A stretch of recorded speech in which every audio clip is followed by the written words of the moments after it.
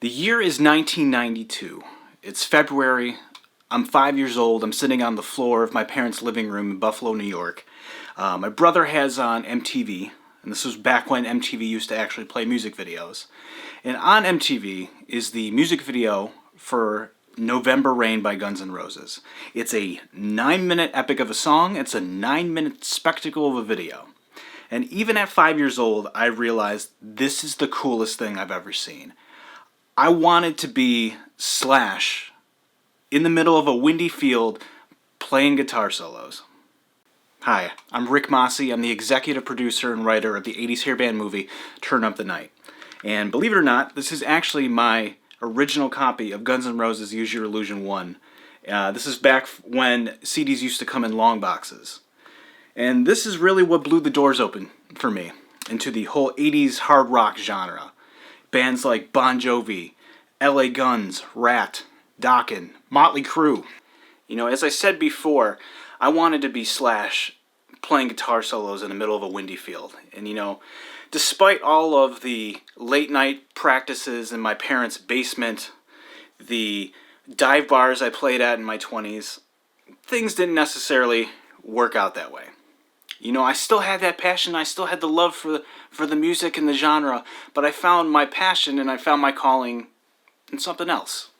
And that was storytelling through filmmaking. And that is why I'm here, and that's the reason why we're making this video. It's because we are this close to making this dream a reality. But the honest and humble truth is, we need help. We need your help. And I'm sure you have many questions. You know, you might be saying to yourself, you know, Rick, that's a big ask. Like, how do I know it's worth it? Where does the money actually go to?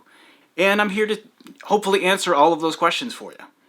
So, first question, what is Turn Up the Night and what is it about? You know, the shortest possible answer is that it's a film about the rise and fall of a fictional 80s hard rock band named Boy Elroy.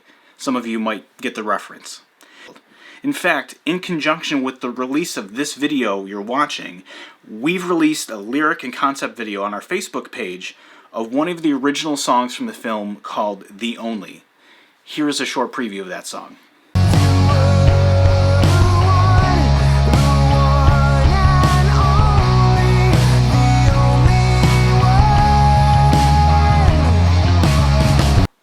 So the big elephant in the room is, where does the money go to? Well, I came fully prepared for that question. So we've estimated that to pull this off, the most ideal and comfortable fashion would be to have a budget of approximately $10,000. To explain the breakdown, right off the bat, over half of the proposed budget is expected to be paid to our crew over the course of a 10 to 12 day period. There are people like our directors of photography, our crew, our sound people, set managers, our director. These are all extremely hardworking people who are eager to get back into a COVID-safe filming environment. And they all deserve to be paid for their expertise and the time that they spend on their hard work. 2020 was a tough year, but we've got a deeply resilient bunch of people involved in this project. Every single one of them has the drive to make it happen, come hell or high water. This is a family unit for us. Next is our cast. We have a tight-knit group of talented individuals who have been preparing to take on this film for approximately 2 years. We want to be able to pay them adequate daily rates. Again, hardworking people who need to make a living. Next is our musicians, with whom we wouldn't be able to do any of this without. They are some of the true behind-the-scenes heroes of this film. You know, with a film revolving entirely around music, they will always be at the core of this. They deserve to be paid. Craft services. With all of those long days, people need to eat. Additionally, and especially in this time period, with new COVID guidelines, we want to have a COVID-safe set, and that requires some additional sanitary items like sanitizer, wipes, and additional masks. Next, we have rentals.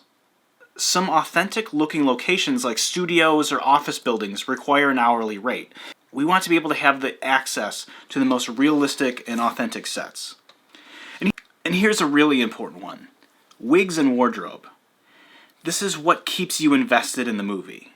You know, you want to see a movie about the 80s that looks like it was made in the 80s. You know, we can't skimp on Wigs and Wardrobe. You know, they are characters in and of themselves. And lastly, there are some smaller miscellaneous expenses that we need to take care of. Things like props, marketing, rentals of supplies, for cast and crew. So again, thank you for listening. We hope that you please consider donating to the film. And if it's any consolation to this film's group and character, it's this. I've been saying it for years. If you're passionate, if you're earnest, and if you're willing to do the work, people will believe in you, and the rest is history.